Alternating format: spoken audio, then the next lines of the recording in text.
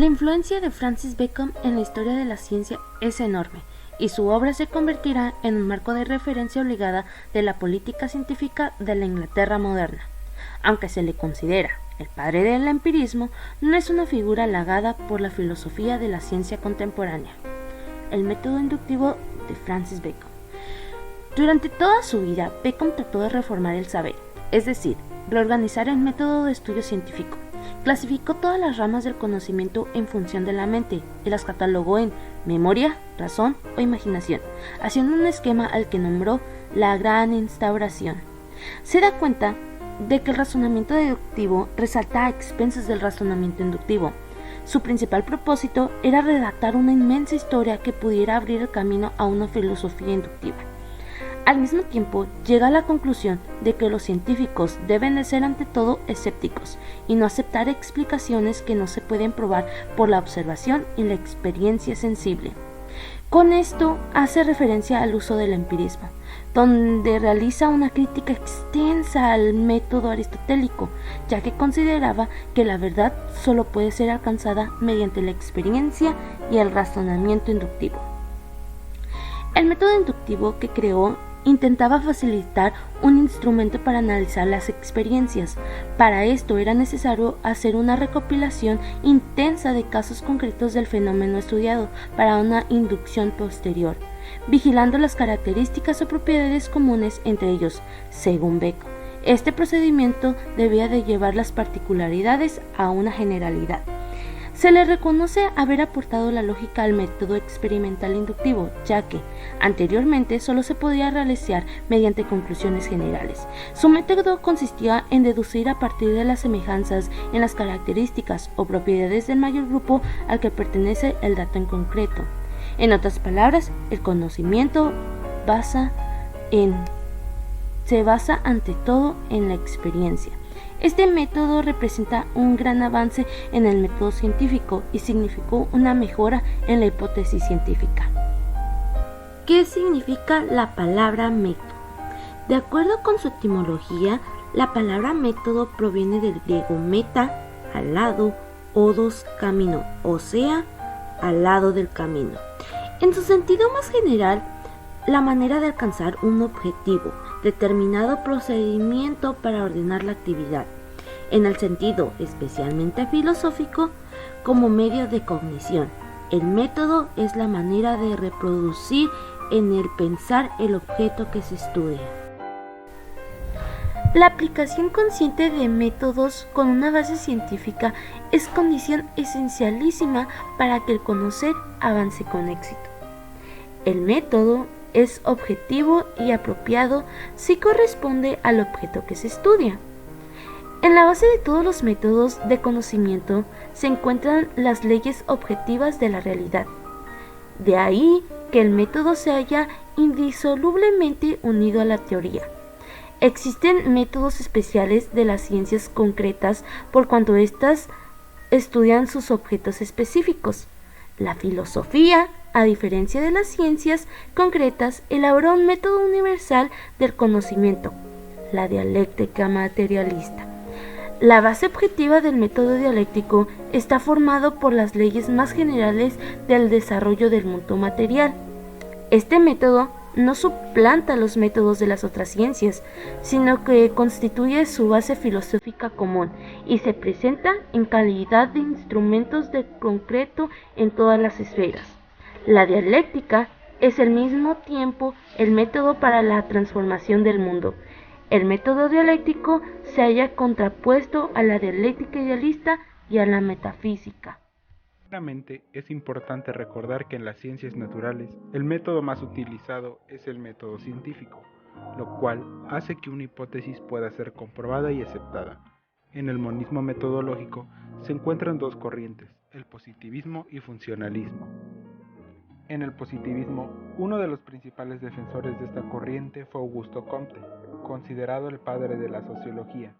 Se decía que esta disciplina generaba conocimiento genuino de la sociedad, por el hecho de basarse en el método científico. Tanto en el mundo natural como social, existe una ley que rige el proceso de desarrollo y maduración, es decir, en cómo evolucionamos en sociedad. Esta ley llamada ley de los estadios considera lo siguiente. Estadio teológico. Es la suposición de que los seres humanos provenimos de seres sobrenaturales, dígase dioses, que crean y regulan los fenómenos como podría ser Dios de la lluvia, fuego, tierra, etc. Estadio metafísico. Son las fuerzas abstractas que sustituyen a los seres sobrenaturales para explicar las causas y propósitos de las cosas en el mundo, como sería la fe en Dios. Estadio positivo. Está relacionado con la ciencia, pues es esta quien da orden y progreso a sociedades liberadas de los estadios anteriores. Dicho en otras palabras, esta es la ley del estadio que determina la vida y el comportamiento social con base a cuestiones científicas comprobables. Por ejemplo, el origen del universo a partir de la teoría del Big Bang o la evolución del ser humano. Por otro lado, en el funcionalismo, fue Emil Durkheim uno de los principales representantes de esta corriente. En esta corriente, lo importante es analizar las fuerzas sociales, sus causas y efectos para explicar científicamente la conducta de los individuos. Se puede mencionar la psicología, neuropsicología, que son ciencias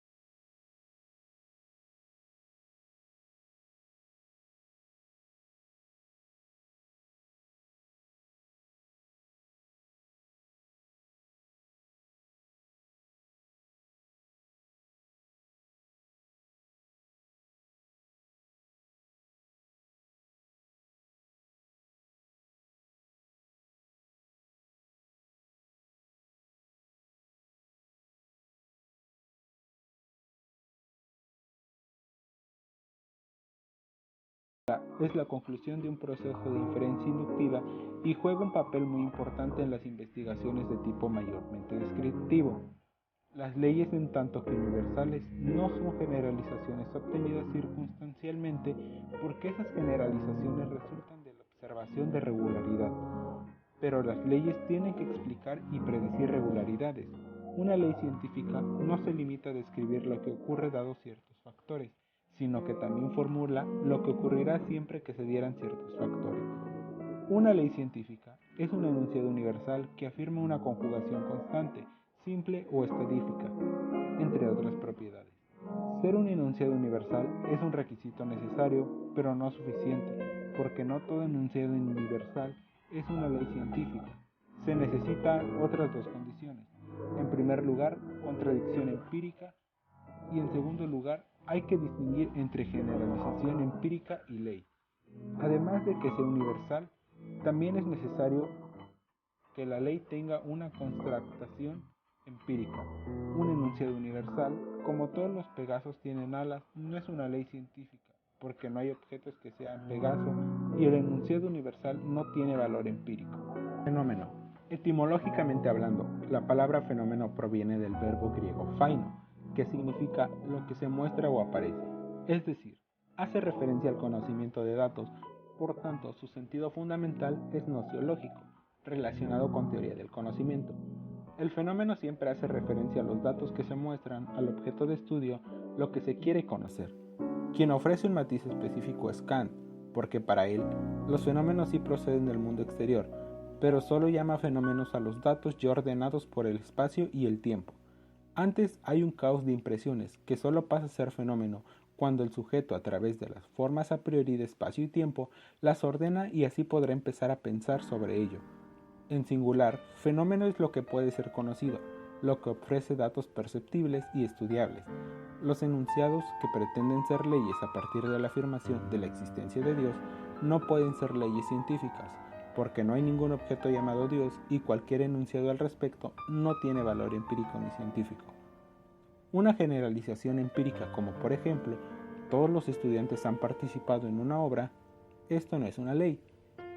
La diferencia fundamental entre una generalización empírica y una ley científica es que la ley supone o indica una conexión necesaria entre los acontecimientos o propiedades cuya conjunción regular enuncia, de ahí su poder explicativo. Fenomenología es el estudio filosófico de las estructuras de la conciencia mediante el análisis de los fenómenos que captamos a través de nuestros sentidos. Se basa en un proceso que intenta solucionar y explicar el epogé. No es más que nada que poner en suspenso todos nuestros prejuicios. Dicho en otras palabras, el epogé es una actitud fenomenológica trascendental, ya que no busca modificar al objeto, sino al sujeto, asumiendo la existencia de una conciencia que se relaciona con otras cosas. Es problemático el concepto de epogé, dado que todo sujeto opera en una red de presuposiciones que le permiten interpretar la realidad y bueno, suspender eso y quedarse en blanco es complicado. Por eso, la actitud fenomenológica nos invita a no pensar que está todo dado, sino ponerlo en cuestión para saber cómo es que nosotros llegamos a ver eso tal como es. ¿En qué consiste el centro de gravedad de la fenomenología?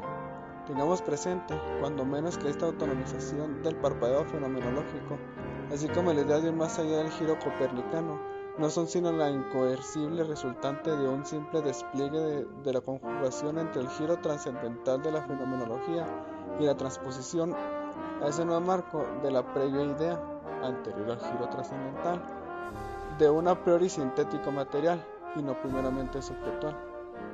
Se trata de la metabolización de este en los términos de aquel.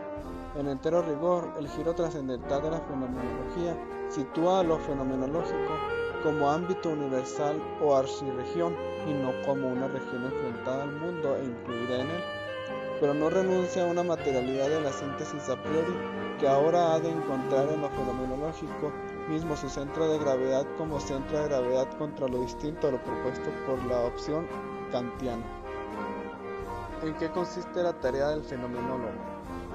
Todos los fenomenólogos comparten la búsqueda de un conocimiento que apela exclusivamente a la experiencia evidente, carente de hipotetización y modelos conceptual del mundo. El fenomenólogo recoge las descripciones de la conducta del enfermo y sus expresiones verbales, y una vez obtenido esto, intuye y reflexiona como objeto de captar lo esencial. ¿Qué debe hacer el fenomenólogo para alcanzar una comprensión crítica reflexiva de la objetualidad? Su ideal no es construir un sistema sin acercarse a las cosas con una confianza profunda para escuchar de sus propios labios la palabra esencial que le revela que ellas mismas son en sí mismas. Se limita a describirlos y entenderlos en sus propios términos, de manera similar a como un pintor analizaría su visión de una escena para lograr reproducirla. Por ende, el fenomenólogo busca interpretar la realidad desde el significado de las experiencias vividas. ¿Qué es la intuición eidética y cómo se relaciona con la esencia?